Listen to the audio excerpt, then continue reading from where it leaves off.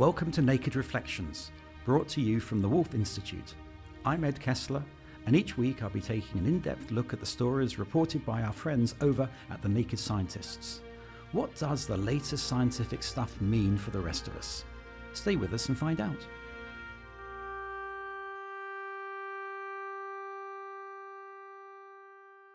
Everybody knows that pestilences have a way of recurring in the world.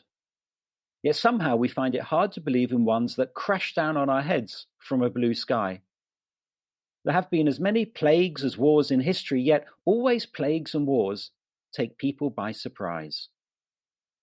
That was a quote from Albert Camus, The Plague. 35 years earlier, Thomas Mann had written that other 20th century masterpiece about pestilence, Death in Venice. Who can forget the image of tourists fleeing the city as the deserted streets are painted with disinfectant? Well, these great books certainly resonate right now. Chris Smith of the Naked Scientist podcast has a day job, as you probably know. He's a leading virologist at Addenbrooke's Hospital in Cambridge, and here he offers an example of why the coronavirus pandemic is so very serious. Children are catching it, they're getting very trivial symptoms, and we're not regarding this as, oh, they've got this coronavirus, they're not being tested, so they're escaping from scrutiny, and it's giving us the false impression that they're either not being infected or they're immune. As far as we know, no one is immune to this virus yet because it's new, so no one's seen it before, no one has immunity, and that's why it has the potential to spread across the entire world population. Thanks for that, Chris. My guests this week are Reverend Neil Thorogood, Principal of Westminster College, Dr. Esther Miriam Wagner, Executive Director of the Wolf Institute, and Dr. Fiona Cornish, who's a Cambridge GP. We're going to discuss the broad issues that arise from dealing with this pandemic. And to maintain our social distancing, you would have noticed that we've left the Wolf Institute studio to record this edition remotely. Apologies in advance for the sound quality, but like everyone else in this crisis, we're learning as we go along. But we thought it was important to bring you this discussion. The Hebrew Bible includes the 10 plagues in Egypt, blood, frogs, insects, and so on. And the prophets Jeremiah and Ezekiel include pestilence among the divine punishments for faithlessness. In the New Testament, Jesus talks of the end times, when nation will rise up against nation and kingdom against kingdom, and there will be famines, pestilences, and earthquakes in various places. All these, he said, are the beginning of sorrows. So, Neil, why was pestilence viewed as a divine punishment? And is this still true today? And I'd add one more to that, Neil. As a minister of religion and as a man who teaches future ministers of religion, what do you advise them? I think we're witnessing and feeling for ourselves what it's like to be confronted by something invisible that can do not only you great harm, but can seem to unpick almost every aspect of society and the world as we know it. And we're feeling all sorts of things, and we have the benefit of all sorts of explanations about what this is, where it's come from, why it's doing to us what it's doing. I think if we read backwards to a point where none of that was available, it's maybe not so surprising that people wanted to try and find other answers. And one of the answers that they found was, well, this must be sent by God.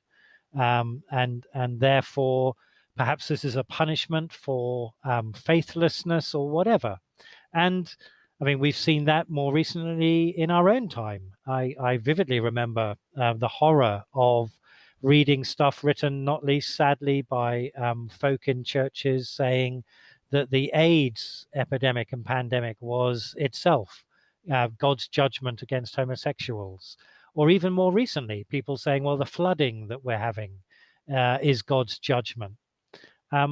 So there is always, I think, something within faith, because it's there in Scripture, it's undeniably present, this idea that awful things are sent by God because we've done bad things.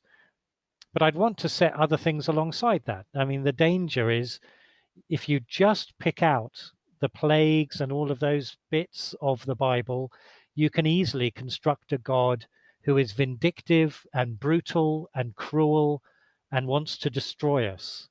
But that's not the only story. So what I would be saying to congregations and helping people who are going to be preaching and leading is, let's reflect on the whole of the story. And I think the other thing I would reflect on is the significance of what it is for us to then care for our neighbors. That actually where God is to be found is not least in the amazing acts of kindness and love that we see going on right now. So, Miriam, the fragility of human existence, certainly in terms of the Bible and in terms of the religious story, what about in terms of history, and particularly in your period, in the sort of pre-modern period? What can we learn from that time? Well, I think the lesson of comfort to take away is that these are very difficult times, but they are over after a certain period of time. So there's always a light at the end of the tunnel. During the Great Plague, and this is sort of connecting to the kindness that Neil mentions, 50% in many parts of the world, 50% of the population died. I think these sort of trying times show the great capacity that we as humans have. And I think this is as much sort of to do with individual crises as also with collective crises. They are usually a great opportunity to grow and to improve. Famously, after the Great Plague in the 14th century, society improved a lot. Suddenly there were workers' rights, suddenly there were women's rights that hadn't previously existed, because people understood that, you know, the life that had been given to them was precious, and that they as individuals, they were capable of surviving this great affliction. Miriam, one of the consequences of the coronavirus has been a number of attacks against Chinese young people or people from the Far East who are scapegoats, essentially. Now, this isn't the first time that there have been scapegoats. Throughout history, there have been scapegoats. And of course, in the medieval period with the Great Plague, there was one particular scapegoat. I wonder if it's worth touching on that. Yes. So in the 14th century, as a consequence of the Great Plague striking across Europe, starting in Italy and then sort of spreading out, Jewish communities all over Europe were attacked. Many hundreds of lives were lost in many cities. In Germany, I'm quite familiar with the German background, for example, in Erfurt, where a merchant buried a big treasure because I think 1,000 lives were lost on that day. In Cologne, in other places, people tend to look for a scapegoat when they are being struck by a disaster. I think it's a very natural tendency. We saw this now with Trump using the word Chinese flu in a sort of an attempt to pin it on an exotic power, especially China, because of course there's this great trade war. So often these accusations are being instrumentalized by leaders. And of course, it was similar with the Jewish populations. It was an instrumentalization against this minority in Europe. But I think this is something that we see even on a smaller scale. We see very often people being accused of taking a disease into a certain village or into a certain community, into a certain church. This sort of tendency to identify individuals, typhoid Mary-like, from where the disease was spread. And I think this is, of course, extremely unfair and something that should be sort of stopped at all cost. So, Fiona, we've touched on the plague of the Bible and the pestilence and the plague in the Middle Ages. And now we're dealing with our own pestilence today. One of your jobs as a GP is to reassure people. How do you reassure patients today? Well, it's quite difficult to reassure patients about this coronavirus because we don't always know all the answers. And of course, one doesn't want to spread fear.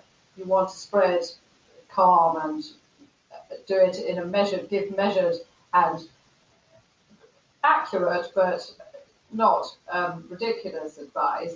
So as far as we can, we are reassuring people that if they follow the guidelines, then they will be putting themselves in the best position they can.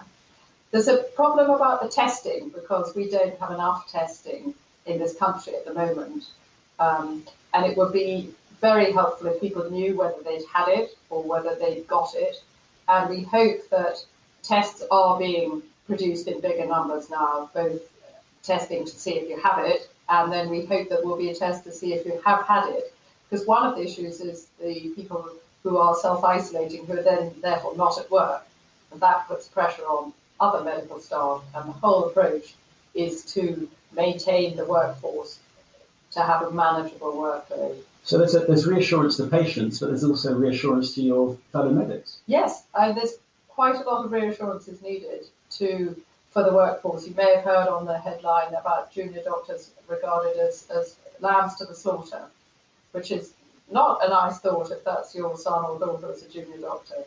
And also the concern about protective equipment. That's come to light recently. Yes, the protective equipment, and we realise that there's a lot of difference between countries. At the moment,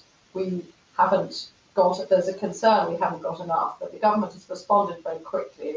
They're trying to get factories to make more of it as quickly as they can. It's really vital if we expect hospital doctors to look after COVID patients.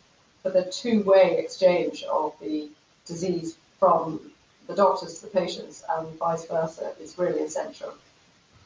One of the implications, Neil, of the coronavirus in terms of religion is the shift in religious worship and religious practice happening virtually. And even Pope Francis talking about if you can't get to church, you can pray straight to God. You know, these big shifts theologically, but also in people's lives. How do you see this having an ongoing impact, or tell us more? It is remarkable. I mean, one of the things that has quite a lot of currency in the church at the moment, has had for a good few years, is the whole idea of fresh expressions of church, the whole idea of church doing things differently. And what's fascinating is that, in a way, what's going on is that across Western Europe, certainly across Britain, the church has suddenly become a fresh expression. It's having to find entirely new ways of doing things. People are discovering that you can do all sorts of things virtually. So in one sense, I think what's happening is that the connectedness of the church is growing enormously. I suspect, I mean, I was hearing something this morning about thousands of people connecting to an online act of worship, and that church on a normal Sunday was lucky to have 100 people. So scale is happening all over the place. Of course, what's then not happening is another hugely significant dimension, which is social interaction. We're social distancing, but how do we do that and still interact? And there are real limits, I think, to what you can do via a screen. There is something very fundamental in the worship tradition of being able to be in space together. And I suspect that, like all sorts of things to do with our current situation, there are going to be gains and there are going to be losses, and it's going to take local churches a while to kind of work out what of this do we hold on to, and what of this do we have to say that was an emergency, but actually that's not the way we want to do things. And Miriam, this has implications for teaching as well, and the exams in particular. That all the universities, not just Cambridge, have had to throw up their existing traditions and change it dramatically. How is it impacting on teaching, and can everything be taught by e-learning and distance and remote teaching? Well, as a manuscript expert, I can tell you that you cannot work with just images of manuscripts. You need to actually have them in your hand in order to connect to them. There's something mystical about it, and it's the same with students. It's you can connect. I mean, even in this podcast, we've done podcasts before. It's very, very it's very different when we sit in the studio together. If you're not in the same room, you're missing these sort of inexplicable synergies. But of course, I mean, necessity is the mother of all invention. We'll have to cope. We'll find ways to exam and to teach. I mean, a lot of the universities have switched to online teaching, and I mean, if we have to, we will. Fiona, just before we started the podcast, you were talking to me about how few, I think one patient you've seen today because everyone was phoning in, and of course, there's a great deal of care you can give and advice you can give as a GP just through someone sending you an image of a rash or a sore point or something. Yes, I think it's interesting. We're going to learn how to use telemedicine much more effectively. So I've always been rather in favour of saying we must see each other face to face. But actually, the telemedicine can provide a good mechanism for almost all consultations. You can't examine a knee if you want to examine a swollen, boggy knee, or you've got a rash, or it's a gynecological or internal thing, then obviously that's impossible. But I think we're realizing that it's more helpful than we previously thought. And it may stick. Some of these video and telephone consultation systems may stick. And it may be just complementary rather than Yes. replacement. Yes. I mean, that's probably where we're moving towards. I think we'll be moving towards telephone triage and then bring the patients in face-to-face if needed. And perhaps in terms of interfaith dialogue, and thinking about dialogue being an encounter, a meeting, Neil, maybe we're going to be moving towards sort of more virtual interfaith dialogue. I think you do have to have the encounter, but I think we're beginning to learn that maybe there are real encounters happening online and virtually, where we had before just thought of it as a tool. We're now discovering that there may be something really more significant to it. So again, I think it's something that we will learn and discover more of in the light of these events. I think there's also a real chance there. In one of our research projects on religious sisterhood, we see that in sort of unusual circumstances, we see very unusual leadership arise. For example, women for the first time taking over religious leadership in worship within an interfaith setting. In the same way, I think, interfaith dialogue and all sorts of religious dialogue has often been accused as being a game for elderly men. And I think perhaps with this situation, we'll see actually a younger generation emerge of faith leaders, because the technology, they're much more familiar with the technology. They will actually be able to perhaps, communicate better through this online medium than, the old established leaders. So I think it's a great opportunity for completely new leaders to emerge. Well, let's take a pause and wash our hands. You're listening to Naked Reflections with me, Ed Kessler. My guests this week are Neil Thorogood, Esther Miriam-Wagner, and Fiona Cornish. Perhaps one of the problems we face is the stereotype of virulent disease as exotic, as distant in time or place. Dr. Kevin Wynne worked on the Ebola outbreak in Sierra Leone, as he explained in the Naked Scientist podcast. The particular issue is that one of the traditional practices is to wash the bodies of people who've died at funerals. And in fact, dead bodies are secreting the highest amount of virus. So in fact, it's the most infective situation. But it's very difficult to get people to try and change that behaviour, and very upsetting as well for people not to be able to wash their loved one. Will the arrival of the coronavirus in our communities mark the time when we no longer think of epidemics like Ebola in Africa and cholera in Haiti as distant and exotic? I know you spent some time in Taiwan. What lessons are there to learn from other parts of the world as we begin to face these epidemics and when they seem to have come home? I think one of the things we're experiencing, we're witnessing it and we're feeling it in ourselves, is that now we are made vulnerable. We have lived into a Western world that I think is all about limiting our vulnerability. It's about controlling our environments, controlling our circumstances, protecting ourselves in all sorts of ways. But actually, the majority of the world's population have lived without that reality. They've lived with life being far more fragile, far more uncertain. And I think this crisis is bringing home to us in our own houses, in our streets, with our neighbors, in our supermarkets.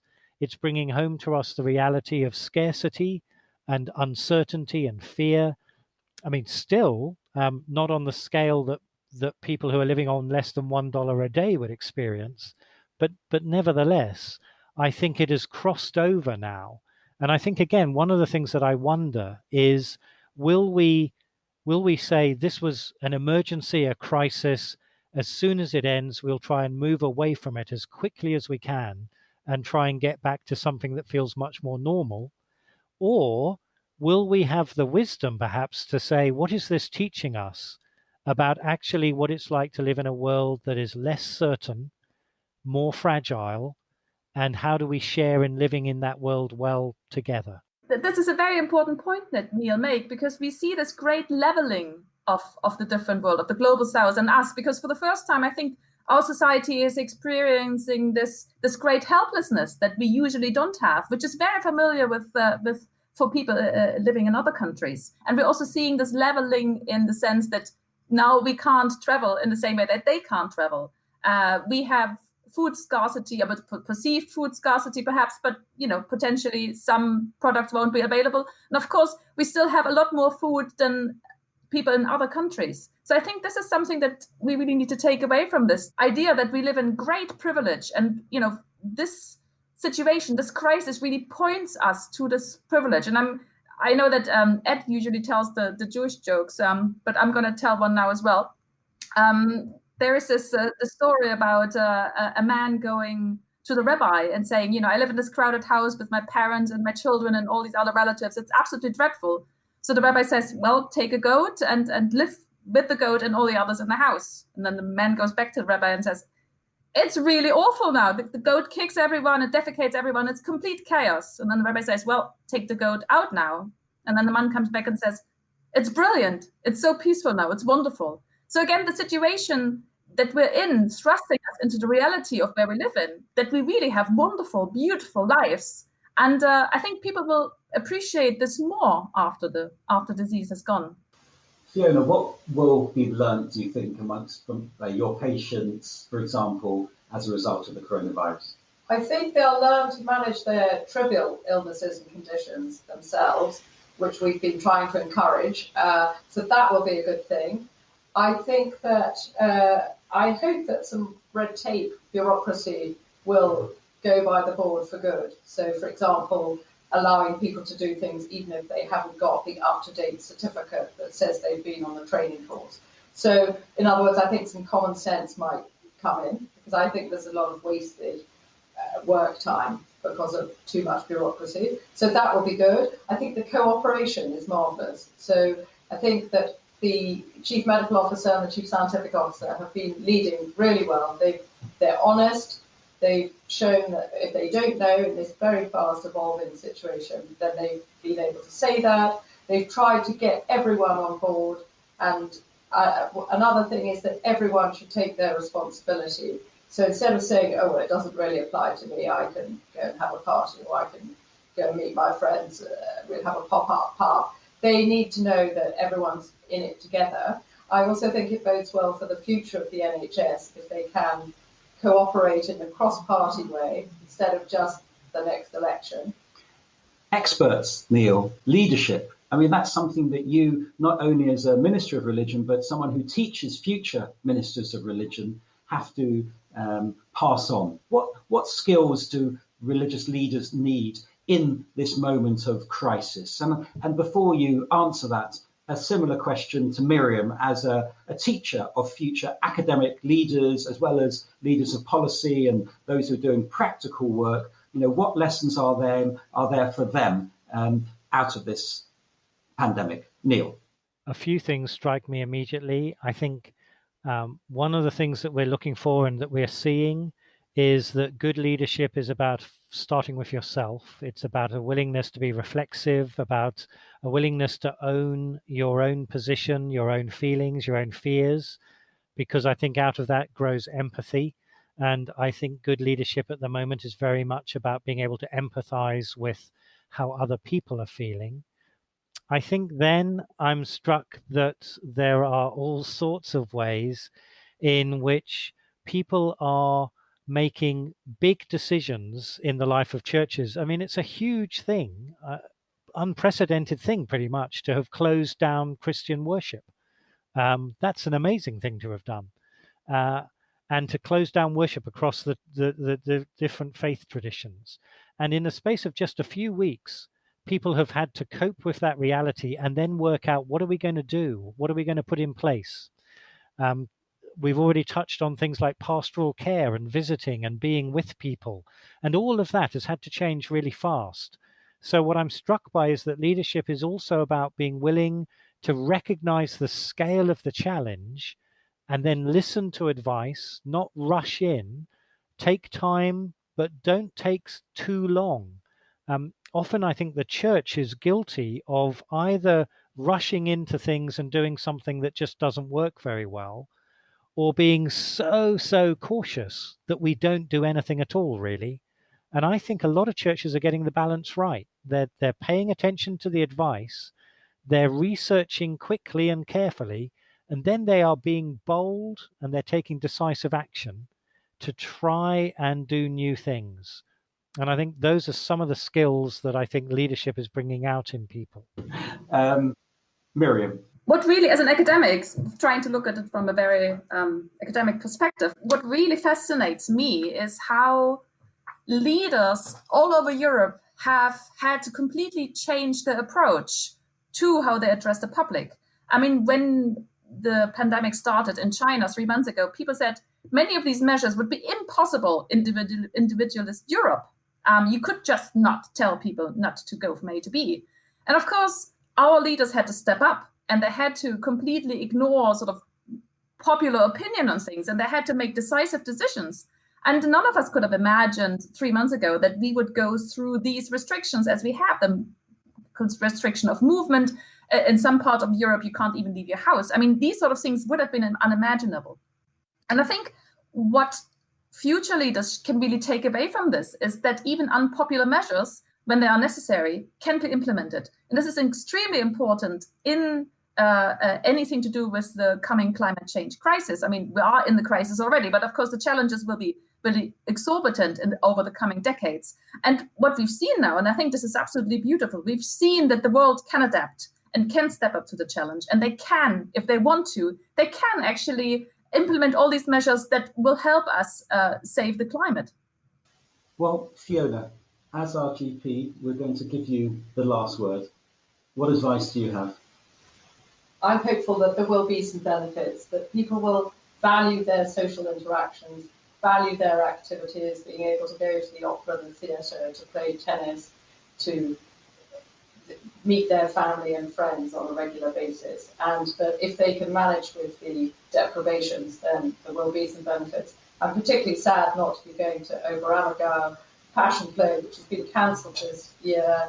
And perhaps you could tell our listeners what the Oberammergau Passion Play is about. It's the oldest Passion Play. It's the oldest Passion Play, and it's performed in a village in southern Germany. And the reason they set it up was in gratitude for their village escaping from the plague. And they do it every 10 years, and they've been preparing many years for the 2021. Anyway, sadly, they've had to cancel it, but undeterred, they have rebooked it for 2 years' time. So I won't have to wait 10 years. So it's not a cancellation. It's not a cancellation, it's a postponement. And I think that's what we have to get used to, that life will go on again. Well, maybe something positive can come out of all of this. I'd like to end with another quote from Albert Camus. There's no question of heroism in all of this. It's a matter of common decency. That's an idea which may make people smile, but the only means of fighting a plague is common decency. Thanks to my guests, Neil Thorogood, Esther Miriam Wagner, and Fiona Cornish. And thanks to you too for listening. If you'd like to get in touch with any comments, thoughts, feedback, or reflections of your own, you can email reflections@nakedscientist.com. In the meantime, you can find more episodes of Naked Reflections and subscribe to the Naked Reflections podcast wherever you access your podcasts or at nakedscientist.com/reflections. Do join us next time when we would have mastered or nearly mastered the remote recording technique.